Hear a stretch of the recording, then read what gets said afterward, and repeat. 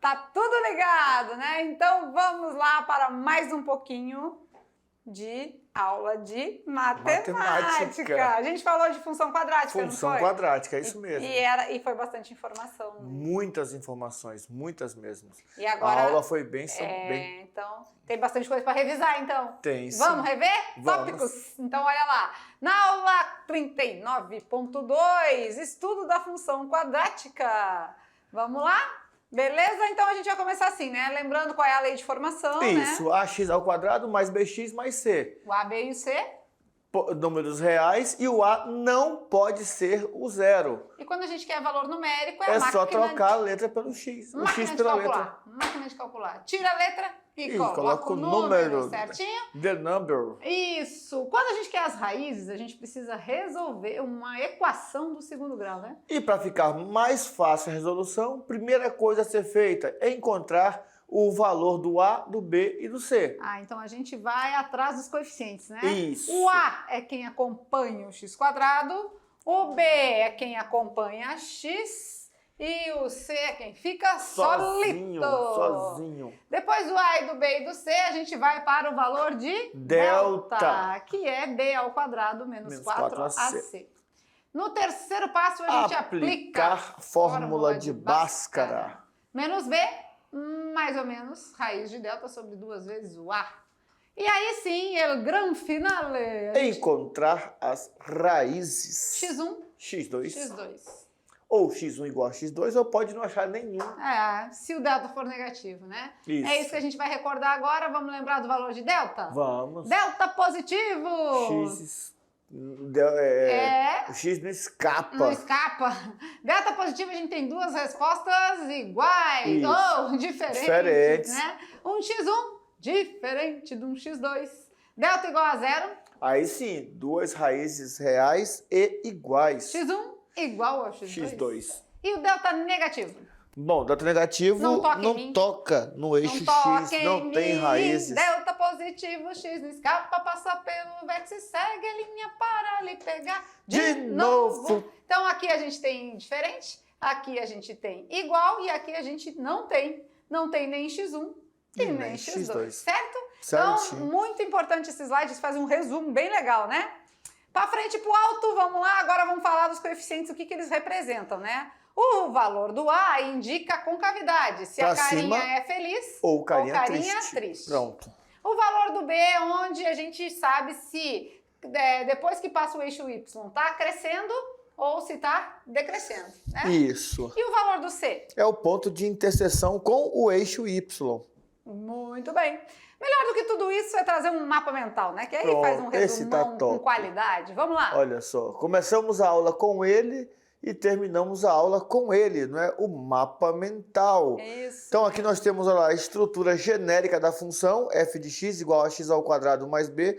Temos os 6 formatos de gráficos com a concavidade para cima, o delta maior que zero, delta igual a zero, delta menor que zero. Concavidade para baixo, delta maior do que zero, menor do que zero e igual a zero. E esse delta é quem vai dar essa situação de quantas raízes ou de quantas vezes vai tocar no eixo x. Aqui, né, o nosso delta determina. A fórmula de Bhaskara, né, que vai ser o que vai ser, o que vai ser o que vai ser, ficou boa essa. Que vai ser o que vai ser, que nós vamos usar para encontrar o x1 e o x2, mas também temos outro recurso, que é a soma e produto, né? Perfeito. E finalizando, temos o nosso vértice, né? Ou seja, aquele ponto em que troca o sentido do movimento, seja ele de máximo ou de mínimo. Certinho? Certinho. Legal, né? O mapa mental eu gosto porque é uma estrutura... o que nós, na época que a gente estudava, né? Não, a gente continua estudando, né? Na época que a gente estudava o ensino médio, vamos melhorar a frase. Na época que a gente estudava o ensino médio... Na minha época era segundo grau. Era resumo, né? Era o resumo. Segundo grau, era resumo. O segundo grau. Mas era o famoso resumo, não era? E na faculdade, uma síntese? Nós fazíamos fichamento. Os fichários, legal, os fichários dá certo também. Mas agora está no auge aí os mapas mentais, mapas conceituais, também é legal. Bora ver então? Agora tá com vocês. Já já a gente volta com a correção. Até lá!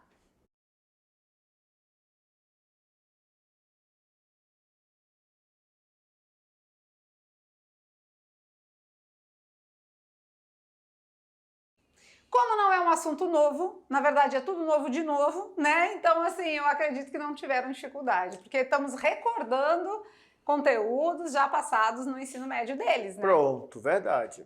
E aí, ficou fácil, né? Ficou. E atividade, conseguiram fazer todas? Bora ver? Não, né? Para. Então, assim, aquele jeito assim. Ai, meu Deus. Esse negócio ficou tão assim que até nos tiraram de cima. Não, sai daí, sobe daí.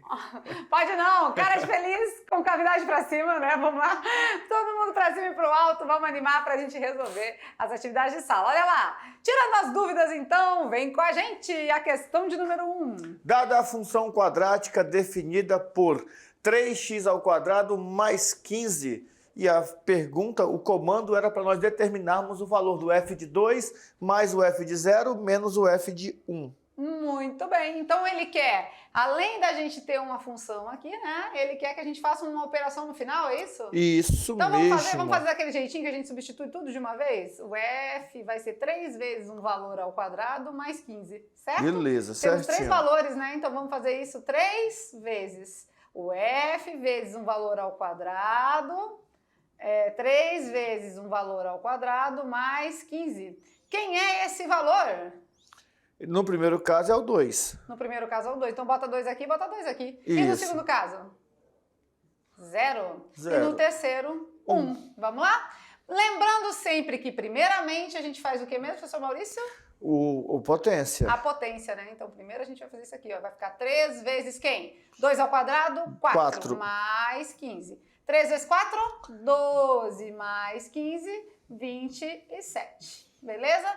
Essa é a nossa meu primeiro resultado. Aqui, primeiro a potência, né? 0 ao quadrado. 0. Então, 3 vezes 0, 0. Mais 15. Esse aqui vai cortar, vai ficar só o 15, né? Agora aqui, primeiro a potência, 3 vezes 1 ao quadrado. 1 mais 15. Vai ficar 3 vezes mais 1? 15, 3 mais 15. 18. 18. E agora eu vou fazer aquele procedimento que está pedindo lá em cima, lá, ó. Vamos lá? Eu quero primeiro o resultado do f de 2, ou seja, o 27. Eu quero somar com o f de 0, que é o 15, né? Então a gente vai fazendo esse processo. E depois, depois é menos. E eu quero subtrair o 18. Subtrair o 18. Vamos fazendo aí, então. 27 mais 15. Fica 42. 42, tira 18. Fica 24. E isso é a minha resposta final. Olha aí, não é difícil, né? Mas tem que ter os cuidadinhos. Por quê? Porque a gente vai substituir 3 vezes na função, porque eu quero f de 2 mais f de 0 menos f de 1. Né? Então, essa substituição... Ai, que medo, quase que eu apago tudo de novo. Essa minha substituição é que a gente tem que ter esse cuidado, né? Para fazer o cálculo direitinho e, no final, realizar a operação que ele estava querendo aqui. Beleza. Top? Top. Beleza? Top. Então, mais uma. Bora ver. Da outra também? Não tinha, né? Essa é a primeira. Ai. Vamos lá, então. Vamos para a questão de número 2. Questão 2. Bora ver, que aqui nós é bilíngue, né? Bilíngue. Trilíngue, que faz libras também. Questão de número 2, vamos ver. Considere a parábola abaixo e responda. O que é esse arrastado aí? Tá pegando meu sotaque, é? Responda. Bora ver, então. Quais são as raízes da função? As raízes são os pontos que tocam no eixo X. Isso. Então toca 2 vezes. Toca 2 vezes aqui no eixo X, ó. Aqui e aqui. 3. Então a gente pode dizer que o X1 é 1 e o X2 é 3. Pode. Agora vamos de outra corzinha aqui. A gente vai fazer uma cor de cada cor, tá? Quem é o sinal do coeficiente A? A parábola tem a concavidade para cima. Carinha feliz? Carinha feliz. Então Carinha o A feliz. é então, maior que 0. Positivo, maior que 0. Ele não perguntou o valor, ele pediu o sinal. Então o A positivo, maior que 0. Agora vamos de B.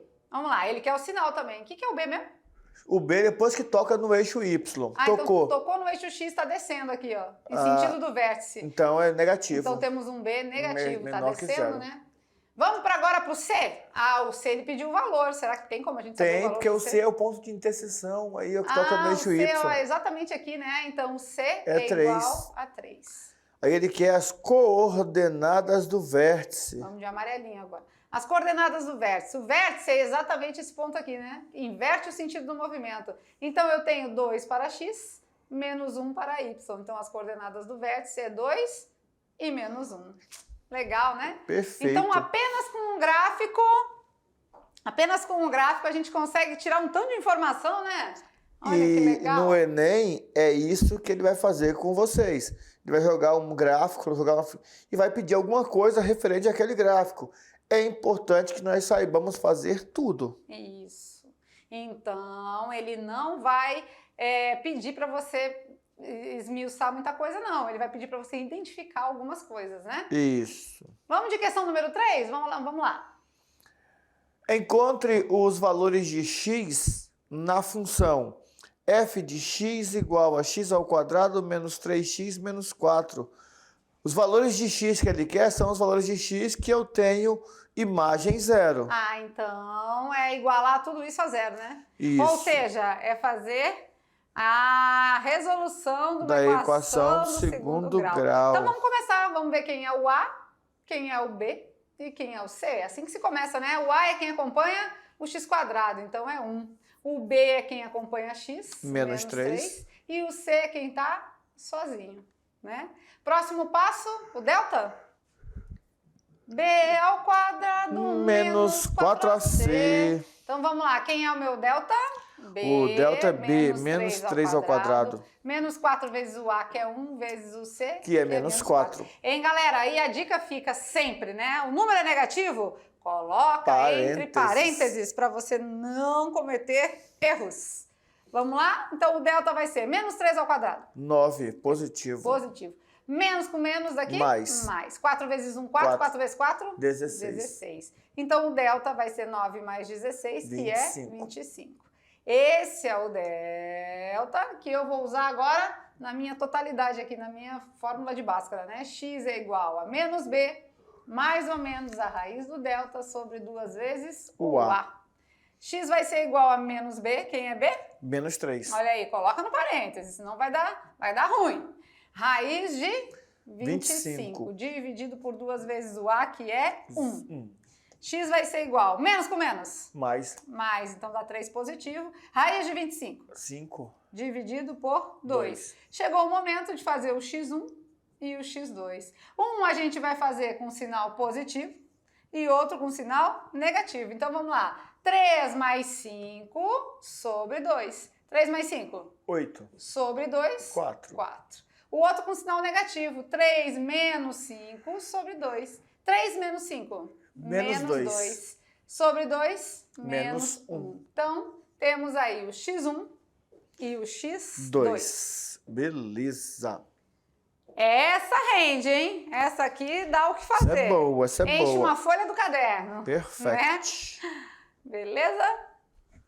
Legal. Beleza. É praticando, tá? Se você não lembra, você tem que pegar mais algumas aí para lembrar, para tentar fazer, para praticar e recordar aí como é que é feito, tá?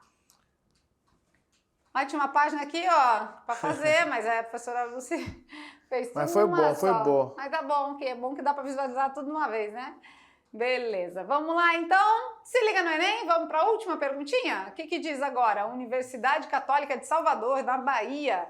É uma questão adaptada. Bora ver. Determine os pontos de interseção da parábola da função f de x igual a x ao quadrado menos 7x mais 6 com o eixo das abscissas. Aqui ele quer que nós façamos as raízes da função.